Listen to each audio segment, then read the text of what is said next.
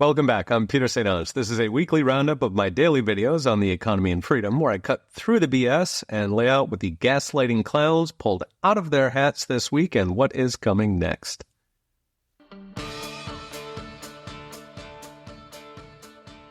New data says native-born workers have soared by 2 million souls under Trump to a record high, while foreign-born workers plunged by 1.6 million, driven overwhelmingly by deportations, voluntary or otherwise. Last lawnmower on the bus, leave the keys. Now, this kind of puts the alleged weak jobs market in perspective. It's a blockbuster job market if you are American. The numbers come from the Bureau of Labor Statistics' current population survey covering the month of September. They are 1 month behind on the shutdown, and it found a surge of hundreds of thousands of native-born workers on the month, while foreign-born workers dropped. It's a great start, but of course there is a lot of ground to make up. Under Biden, foreign-born workers surged by 4.5 million to almost 1 in 4 jobs in America, while native-born Americans actually lost jobs. That 4.5 would be the Biden miracle mainstream media was pushing before the election, and to be fair, it was a miracle if you are Guatemalan.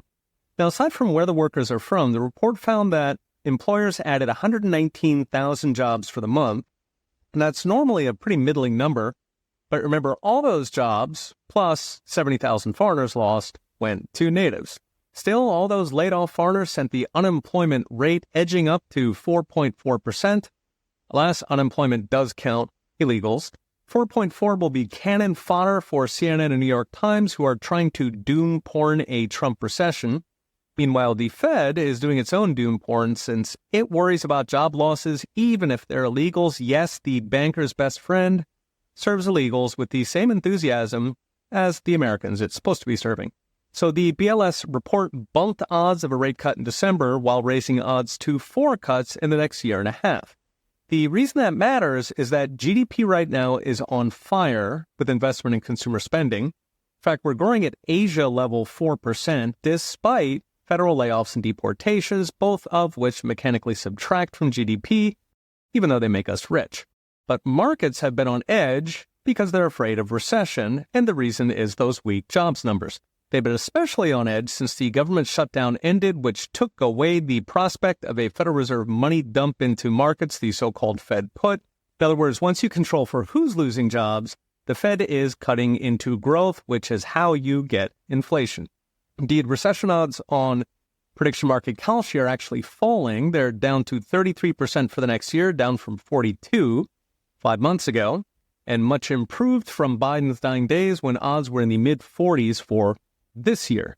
So as next, if job weakness is a foreign-born mirage, it means the underlying economy does not need stimulus, does not need tariff dividends, does not need Fed puts, it may not even need rate cuts that translate into inflation.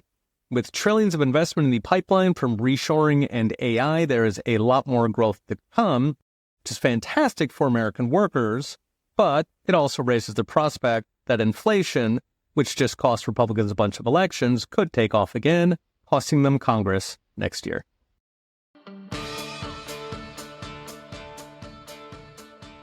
It turns out we do need fossil fuels, as new numbers say AI data centers now use more energy than the country of Italy. By 2030, they'll use more energy than Japan.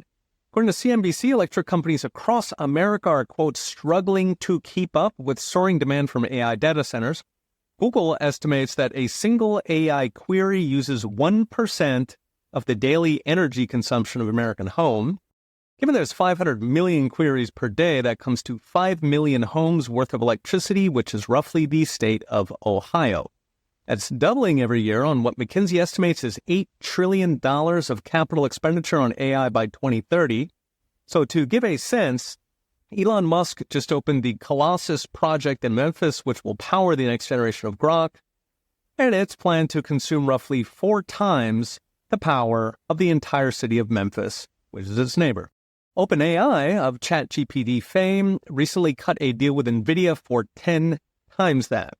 Now, environmentalists who've been trying to put us back in the Stone Age are, of course, losing their minds. All that work getting cows to stop farting, and AI drinks the milkshake. The question is, what does it do to consumers? So customers in 13 states are already facing hikes in electric bills. New Jersey is up almost 30%. Missouri is close to 40%. Of course, a lot of this is billions spent on useless green energy, roughly two-thirds of it, according to one study. But gigawatts of AI demand will make it worse unless we get a whole lot more generation. Of course, we could just walk away from AI, but given AI's exploding applications in manufacturing, cancer and drug discovery, even military applications like drone swarms or satellite defense, that would be roughly like abandoning the internet in 1995. Now, the problem is decades of environmental regulation has run down the entire fossil fuel supply chain. Natural gas turbines, for example, are sold out for 3 years. In fact, there's bidding wars on used turbines. Even basic transformers have a 24-month waiting list. U.S. refinery capacity is down 1 million barrels since 2019. Blue states have imposed moratoria on fossil generation, instead pouring billions into green unicorn farts. California, for example, now pays other states to take its daytime solar glut and then buys it back at 3 times the price at night. Wind farms are literally paid to shut down, so-called constraint payments, so they don't screw up the grid with their wind spikes. So fossils out of stock, unicorn farts are a joke. That leaves the last man standing, nuclear. This has long been the cheapest energy, and modern nuclear is very safe. So-called passive systems prevent meltdowns, unlike 3 Mile Island, built in 1968, or Fukushima, built in 1967. The trick, of course, was regulation. We went 30 years without a new plant, and that one took 11 years. Enter Donald Trump, who signed executive orders in May streamlining nuclear permits and licensing. Response, AI companies are now piling into modular nukes, with Microsoft, Amazon, and Google collectively signing 3.5 gigawatts, which is 4 times current nuclear generation. The U.S. Army just announced they're building their own microreactors. So what's next? It'll take trillions to rebuild our starved grid. Happily, AI is willing and able to pay for it as long as the Greens get out of the way. But if environmentalists keep blocking reliable energy, we will continue getting 40% price hikes or even electric grid collapses like we're already seeing in Europe.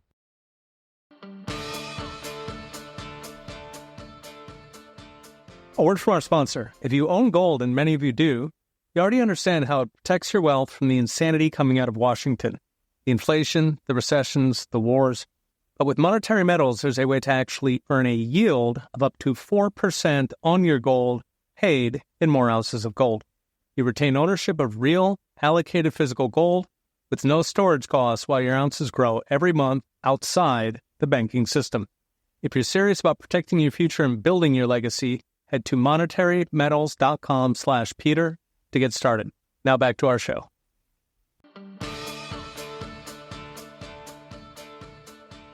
Another universal basic income trial has failed, doing exactly what you expect. People quit their job to sit on the couch and collect free money, canceling out the free money. In fact, they got worse. Maybe socialism will work this time. The study was funded by OpenAI's Sam Altman and handed 3,000 people $1,000 a month for 3 years, so $36,000 per person total. The cash was no strings attached. They wanted to see what it did to work, health, parenting, and starting businesses. The idea was to test what UBI advocates claim, which is that free money makes people work harder, stop eating junk food, found startups, and I guess read stories to their kids. Shockingly, that's not how it works. In fact, the free money made it worse. They did not start businesses. They did not lose weight. There was zero impact on health. They claimed better parenting, presumably to please the donors, but in fact, their children experienced worse developmental difficulties and did not get better grades or school attendance. In fact, in Illinois, the grades got worse. The handouts did not even impact food security or likelihood to be homeless. And the reason was simple. They stopped working. Recipients were 50% more likely to be unemployed. This matters because it's well known that unemployment makes people depressed and suicidal, but also because work is how poor people escape poverty. They get experience, build habits like showing up on time and not drunk. They gain on-the-job skills that earn them the raises that get them out of poverty. In other words, free cash does not help the poor. It bribes them to stay poor. These results are consistent with dozens of UBI studies, but they keep trying because buying votes from poor people is the holy grail of the left, since long before AI and robots became the fashionable talking point. The idea is backwards. Being poor is a symptom of bad habits, lack of grit and industry. Giving them free cash makes it worse. Moreover, the concept of UBI presupposes that jobs are a bad thing. In fact, not only do jobs give people a sense of purpose, they are fundamental to our social fabric. Because a job is just shorthand for saying you do nice things for strangers and they do nice things in return. So the girl at 7-Eleven is kind enough to make me a sandwich because I am kind enough to pay her rent. Take away the jobs, and strangers don't do anything for each other. Society becomes atoms bouncing around, or more likely, atoms sleeping on the couch. So what's next? The left is desperate for a UBI to convert tens of millions of miserable poor people into even more miserable Democrat voters. They'll get their big chance next recession. Prediction market Kalshi says it's almost certainly coming in the next couple of years. With peak unemployment of 9%, that will be fertile ground for handouts. Instead of warehousing the poor or destroying their jobs that sustain our social fabric, we should be nudging them to get more skills, to do more useful things. So waitress to nurse, lawnmower to welder, couch surfer to personal trainers. Good for them, it's certainly good for the rest of us, and it takes away the left's army of miserable serfs.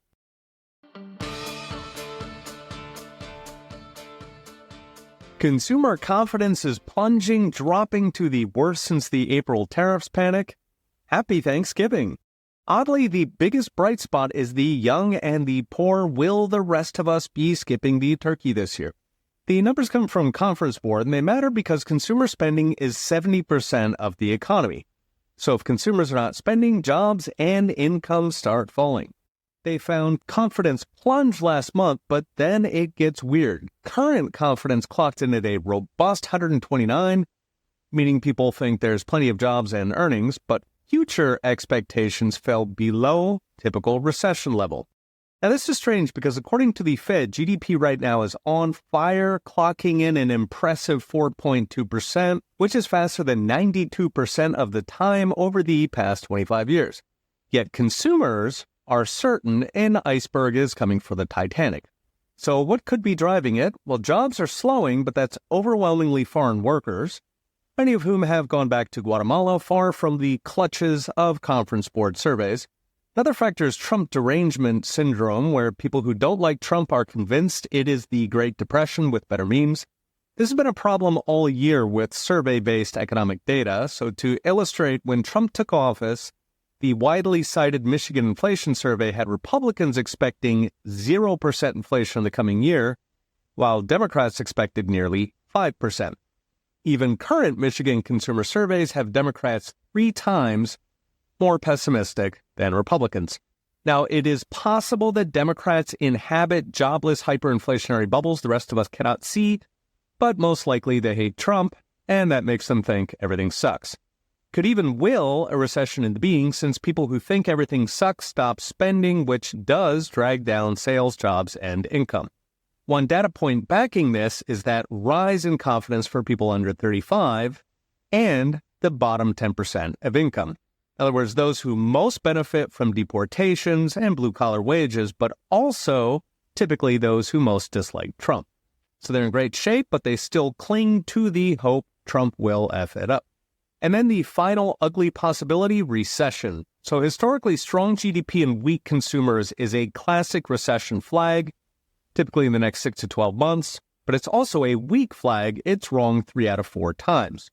But it could be bleeding through specific industries, so federal layoffs, NGOs starved of federal handouts, AI feasting on tech jobs and starting to nibble away at low-end cubicle jobs. In other words, it's a strong economy, but specific groups are particularly anxious.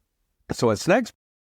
GDP going gangbusters while confidence plunges is an odd and potentially worrying combination. Still, with the Fed flipping to full-on money printing and trillions of investment on deck for reshoring, imports, and AI data centers, we are almost certainly not on the edge of recession. Instead, white-collar anxiety over AI and Trump derangement are giving us a lot of pessimism, even as GDP keeps coming in strong. The problem is elections are won on pessimism. They're won on feels, not reality. Congress missed their chance to slash spending and regulation, give us a bona fide boom with falling inflation. So unless the Fed and factory boom comes fast, that pessimism will cost Republicans Congress next year and could even gaslight us into recession.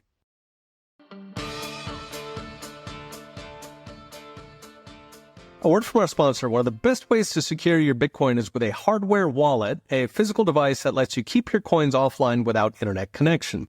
One of the most trusted names in hardware wallets is CoinKite, maker of the famous block clock. CoinKite devices are made in Canada and they're run by passionate Bitcoiners who've been at this since 2012, back when Bitcoiners were trading in person at swap meets. You can pick up hardware wallets and plenty of other goodies at coinkite.com/ProfSaintAnge. That's CoinKite.com/ProfSaintAnge. Okay, back to our show.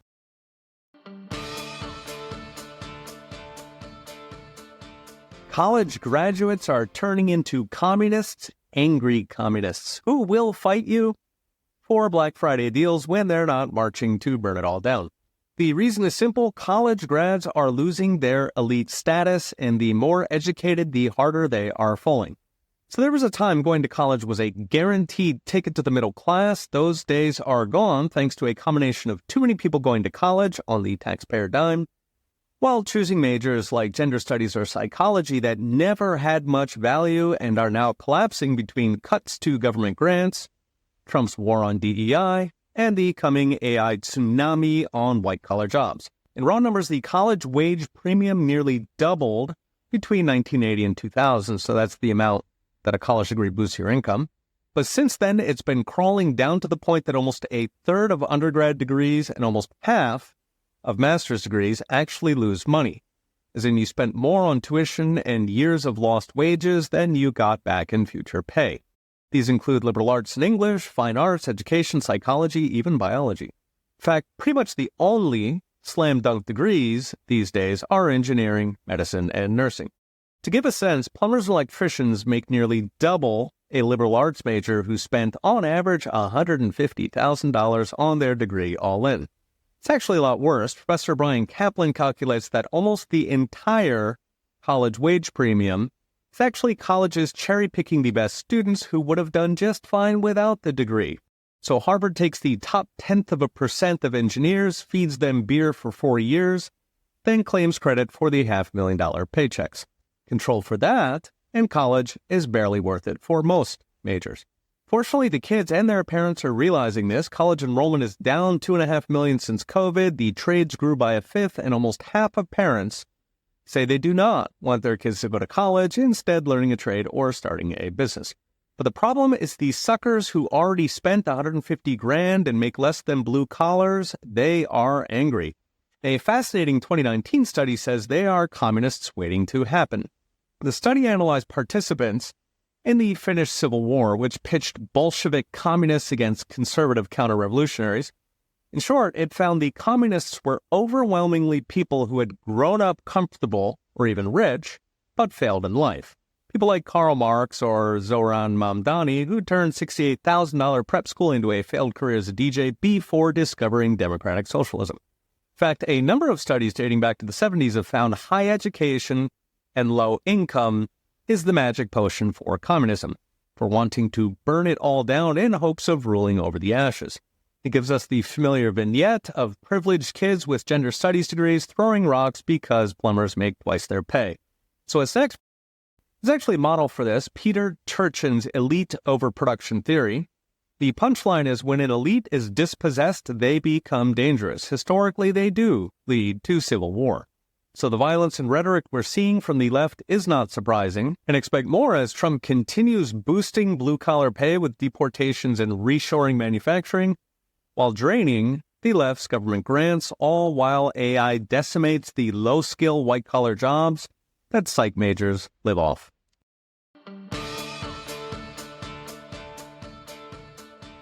Thanks for tuning in. Remember to subscribe so you don't miss an episode, and go to petersaintange.com for daily videos and in-depth articles with charts and all the gory details. Okay, we'll be watching. See you next time.